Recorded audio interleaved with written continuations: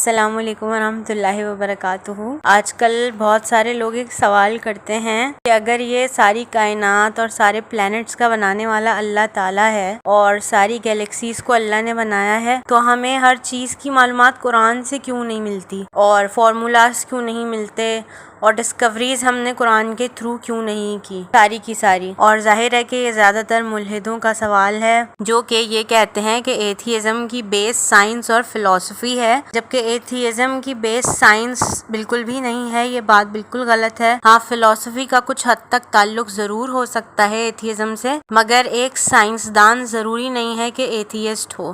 بہت سارے مسلمان اور مذاہب پہ بلیو کرنے والے بھی سائنٹسٹ موجود ہیں، صرف ایتھیسٹ نہیں ہیں۔ تو اس کا سب سے پہلا جواب یہی ہے کہ ہم جتنے بھی دنیا کے انسان ہیں، جب ان میں شعور پیدا ہوتا ہے تو ان کے ذہن میں یہ سوال پیدا نہیں ہوتا ہے کہ بگ بینگ کس طرح سے ہوا تھا یا پھر ایولیوشن کیسے ہوا تھا، بلکہ جو سب سے پہلا سوال ہمارے ذہنوں میں آتا ہے وہ یہ ہے کہ زندگی کا کیا مقصد ہے اور ہم یہاں پہ کیوں آئے ہیں، اور جس کا جواب یہی ہے کہ ہم نے اپنی زندگی کس طرح سے گزارنی ہے، اور یہی چیز ہمیں قرآن مجید میں ملتی ہے۔ قرآن مجید کوئی فزکس کی یا میتھمیٹکس کی کتاب نہیں ہے، مگر اس بات سے بھی ڈس ایگری نہیں کیا جا سکتا کہ جو فیکٹس ہیں اس سے وہ بالکل کانٹرڈکٹ نہیں کرتا قرآن مجید۔ دوسری بات یہ ہے کہ اگر آپ انسان ہیں تو اس بات کو بالکل بھی ڈینائی نہیں کر سکتے کہ ہم میں سے ہر انسان کو ایموشنل سپورٹ کی ضرورت ہوتی ہے، اور انسانوں کی ایموشنل سپورٹ ہمیں ایک حد تک ہی اطمینان دلا سکتی ہے، اس کے بعد وہ ہمارے لیے کسی کام کی نہیں رہتی، یہ ہم سب جانتے ہیں۔ تو اسی لیے آپ دیکھ لیں کہ جو گاڈ لیس لوگ ہوتے ہیں ان کا سوسائڈ کا ریشو کتنا زیادہ ہے باقی لوگوں سے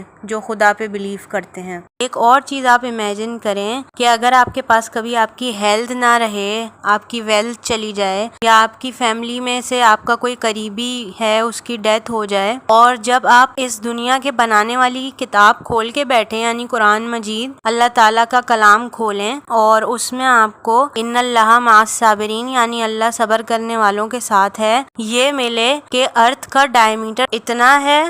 اور جب اس کو آپ 10 ٹائمز ملٹیپلائی کریں گے تو آپ کو جوپیٹر کا ڈائیمیٹر ملے گا، اور جو سب سے قریبی ستارہ ہے وہ بھی 4.2 بلینز لائٹ ایئرز جو ہے وہ دور ہے ہم سے، یا پھر یہ لکھا ہوا ملے کہ زمین اور سورج کے درمیان جو ہے وہ اتنا فاصلہ ہے اور اس کے نمبرز لکھے ہوئے ہوں اس فاصلے کے، یا پھر یہ لکھا ہوا ہو کہ بگ بینگ 13.8 بلین ایئرز پہلے ہوا تھا، اور گیلیکسی جو ہے وہ اتنے ڈائمینشنل ہے اور ارتھ کو سرکم نیویگیٹ کرنے کے لیے آپ کو اتنا ٹائم چاہیے، تو آپ کا کیا خیال ہوگا کہ یہ کیسا کریٹر ہے؟ تو میرے خیال میں تو بالکل یہ چیز ایسے ہی ہے کہ اگر کوئی اپنے ٹیچر سے یہ پوچھے کہ سر یہ اس بک میں جو پرابلم ہے اس کا سولوشن کیا ہے، اس کو کیسے سولو کرتے ہیں، اور آگے سے جو ہے وہ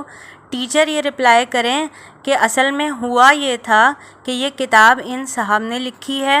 اور اس کے بعد یہ گئی ہے ان ایڈیٹر کے پاس، پھر یہ گئی ہے پبلشرز کے پاس اور فلاں پبلشرز نے اس کتاب کو پبلش کیا ہے، اور اس کے بعد وہ یہ آپ کے پاس آ گئی ہے۔ تو آپ کے خیال میں وہ ٹیچر کیسے ہوں گے؟ تو ظاہر ہے کہ آپ ان پوائنٹس پہ ضرور سوچیں، ان کو کنسیڈر کریں، کیونکہ ہم میں سے ہر کوئی فزسسٹ یا پھر میتھمیٹیشین بننا نہیں چاہتا ہے کہ قرآن پڑھ کے وہ ساری چیزیں سیکھ لے، بلکہ جو ایک کامن چیز ہے ہم انسانوں میں وہ یہ جاننا ہے کہ ہماری زندگی کا کیا مقصد ہے۔ اور اگر آپ کو اتنا ہی سائنٹسٹ بننے کا شوق ہے یا دنیاوی علم حاصل کرنے کا شوق ہے تو اس کے لیے میں آپ کو ایک حدیث پڑھ کے سناتی ہوں۔ یہ سنن ابن ماجہ کی حدیث نمبر 224 ہے، اور ایسی بہت ساری حدیثیں ہیں